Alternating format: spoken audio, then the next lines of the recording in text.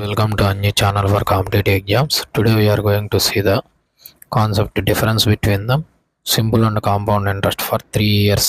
మన కాన్సెప్ట్ ఏంటంటే without formula లేకుండా ఎలా. సో ఫస్ట్ దీంట్లో కూడా అంతే, డిఫరెన్స్ రేట్ ఆఫ్ ఇంట్రెస్ట్ ఇచ్చేసి ప్రిన్సిపల్ ఫైండ్ అవుట్ చేయండి అంటుంటాడు. అది ఎలా చేయాలనేటటువంటి చూడండి. మెయిన్ ఈ వీటిలో అంతా కూడా రేట్ ఆఫ్ ఇంట్రెస్ట్ అనే ఉంటుంది. రేట్ ఆఫ్ ఇంట్రెస్ట్ 10% అని అన్నాడంటే దీన్ని 10/100 ఫ్రాక్షన్లో కన్వర్ట్ చేసుకోండి. 1/10 అయిపోయింది అంతే. ఇప్పుడు దీన్ని 3 ఇంటూ ఇక్కడ వచ్చినటువంటి 10 ప్లస్ 1 దీన్ని 3 పవర్ 3 రాసుకోండి, ఎందుకంటే 3 ఇయర్స్ కాబట్టి అయిపోయింది, వచ్చేసింది వాల్యూ.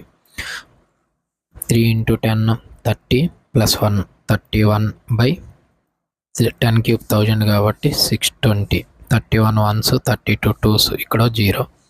20 ఇంటూ 1000 20,000. సో ఇది మనకు కావాల్సిన ప్రిన్సిపల్. Thank you. ఇంకా రిమైనింగ్ కావాలంటే నా ఛానల్లో పోస్ట్ చేశాను, చూడండి. Thank you.